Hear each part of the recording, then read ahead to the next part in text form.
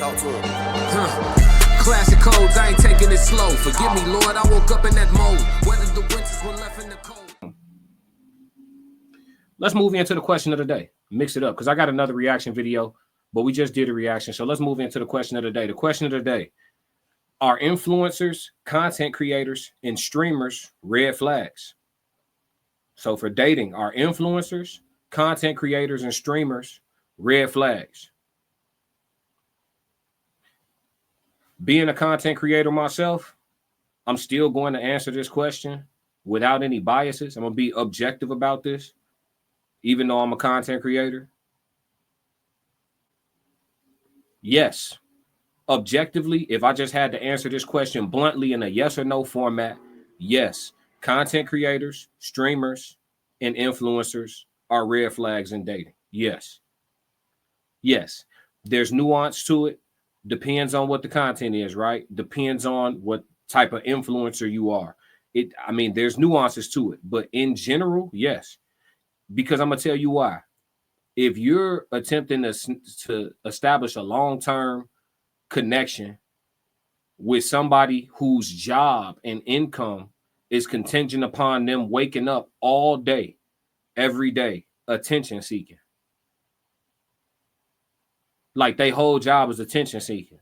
Me personally, that's why I got to be objective. I know myself, but I'm answering this question in general. I would say yes, rule of thumb, yes. Your whole job is to see. I wouldn't tell my son to date. If I had a son and he was 17 dating, and he come to me like, Pop, so it's this chick I really like. I'm talking to her. Woo woo. I'm like, oh, okay. And he showed me to her, and he showed me her Instagram, and she got like 56,000 followers. I'm gonna tell him tread lightly on that. If he asks me why, I'm gonna say, man, she got a lot of followers. So that means she has a lot of people making passes at her. Them DMs ain't never gonna be dry.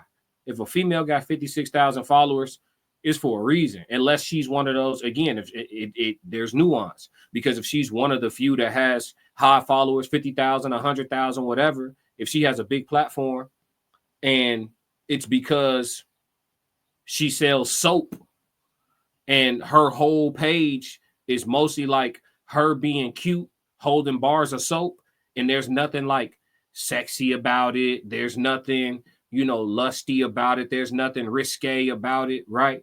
Like, you get what I'm saying? If there's something that she's doing where there's nothing about it that is selling sex in any capacity at all, but she happens to have a lot of followers, you might can make an exception for that, right?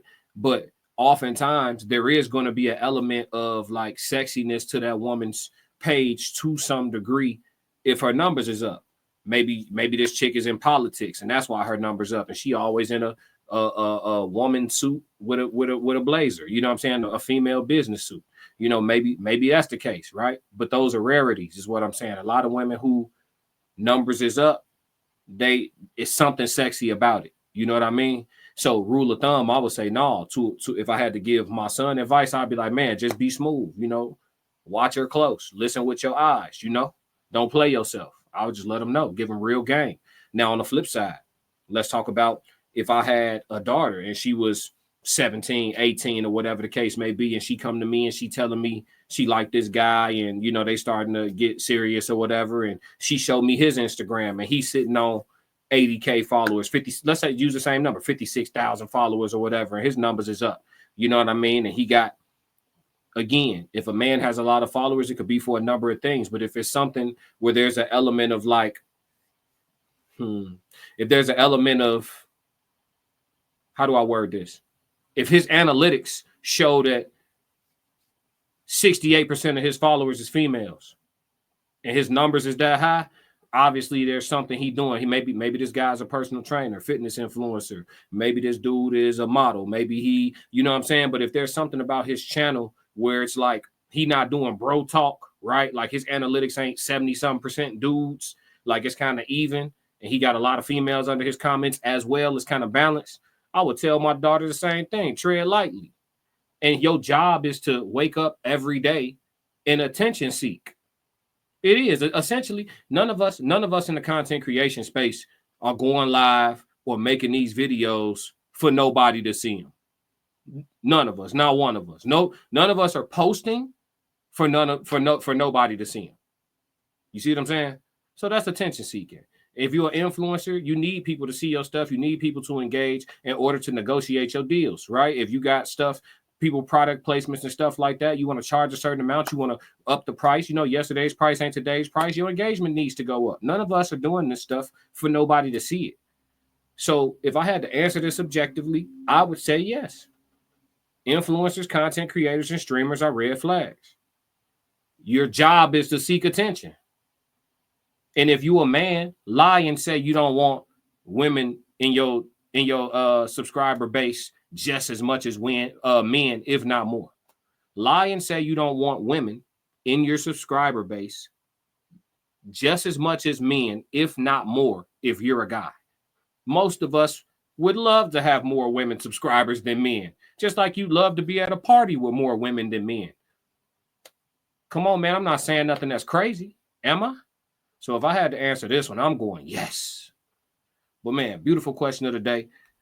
Y'all got to take on this one. Definitely spell it out for me in the comments. Let's talk about it, especially if you see it differently. But if you see it my way, talk to me about that too. Let's go.